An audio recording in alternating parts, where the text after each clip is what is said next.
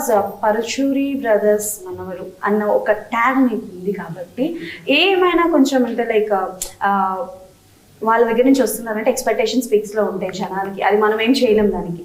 కాబట్టి ఏమైనా కొంచెం అంటే లైక్ బెంగ అనాలా, బెరుకు అనాలా, నర్వస్నెస్ అనాలా, అదే నర్వస్నెస్ ఏమైనా ఉందా? లైక్ ఎలా ఉంటుంది అంటే వాళ్ళ పేరు నిలబెట్టాలనే భయం అయితే నాలో ఉందండి. అది భయం కూడా కాదు, అది నా గోల్ అనుకోండి.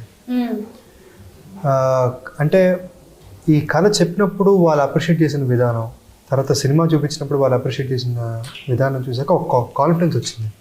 సో ఇప్పుడు అలా అయింది. సో బేసికల్గా ఏంటంటే చిన్నప్పటి నుంచి ఫిల్మ్ ఇండస్ట్రీకి సంబంధించిన వాళ్ళు ఎవరున్నా సరే, రైటర్ కావచ్చు, డైరెక్టర్ కావచ్చు, వాటెవర్ ఇస్ దట్, ఏ జోనరాలో ఉన్నా వాళ్ళ కుటుంబంలో చేసే పిల్లలు ఎవరినైనా చైల్డ్ ఆర్టిస్ట్ కింద తీసుకొస్తూ ఉంటారు. అలా మాకు తెలియకుండా మీరు ఏమైనా మూవీస్లో నటించడం కానీ, కేమియో రోల్ ఇలా వచ్చి అలా వెళ్ళిపోవడం చేయలేదండి. అంటే చిన్నప్పుడు అడిగేవారు చేద్దామని. ఇందాక మా తాతగారు చెప్పినప్పుడు కూడా చిన్నప్పుడు కొంచెం ముద్దుగా ఉండేవాడు. ఇప్పుడు చాలా రగడుగా ఉన్నారు. ఓకే.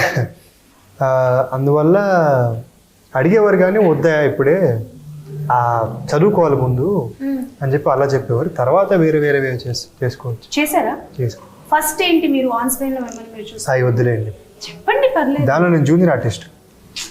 అవును, బట్ స్టిల్ అంటే లైక్ జూనియర్ తర్వాత తెలిస్తే బాగుంటుంది.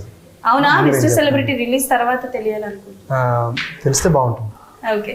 సో అంటే లైక్ ఎప్పుడు కూడా కొంతమంది ఏమనుకుంటారంటే ఎంత మనకి తెలిసిన వాళ్ళు ఉన్నా నెపోటిజం అన్న పాయింట్ ఒకటి ఉంటుంది మన ఇండస్ట్రీలో ఎక్కువగా. అంటే ప్రతి బిజినెస్ లో ఉన్నా బట్ ఎక్కువ ఇండస్ట్రీలో వినిపిస్తూ ఉంటుంది నెపోటిజం అన్న పాయింట్.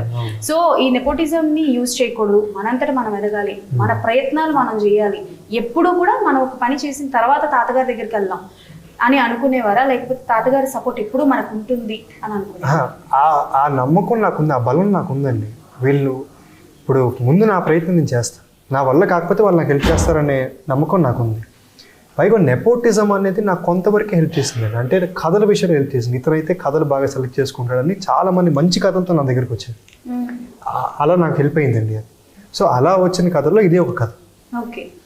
ఇది నేను చెప్పినప్పుడు ఒరే ఇది సెన్సిటివ్ పాయింట్, దీన్ని బాగా డీల్ చేసుకోవాలి, నువ్వు బాగా చెయ్యి, ఇది నీకు దేవుడిచ్చిన వరం. సినిమా హీరో అనేది ఎంతోమంది వస్తారు ఇక్కడికి, ఇది నీకు ఈ అవకాశం వచ్చినట్టు ఇది నీకు దేవుడిచ్చిన వరం, ఇది మేము నీకు ఇస్తున్న ఏదో కాదు. ఎందుకంటే చాలామంది ఉన్నారు, ఎందుకండి నెపోటిజం అంటున్నారు, పెద్ద డైరెక్టర్స్ పిల్లలు, వాళ్ళ మనవళ్ళు, నా ఫ్రెండ్స్ ఉన్నారు కొంతమంది, ఇంకా ట్రై చేస్తున్నారు. నా అదృష్టం కొద్దీ నాకు అవకాశం వచ్చింది, ఇంకా ట్రై చేస్తున్న వాళ్ళు ఉన్నారు.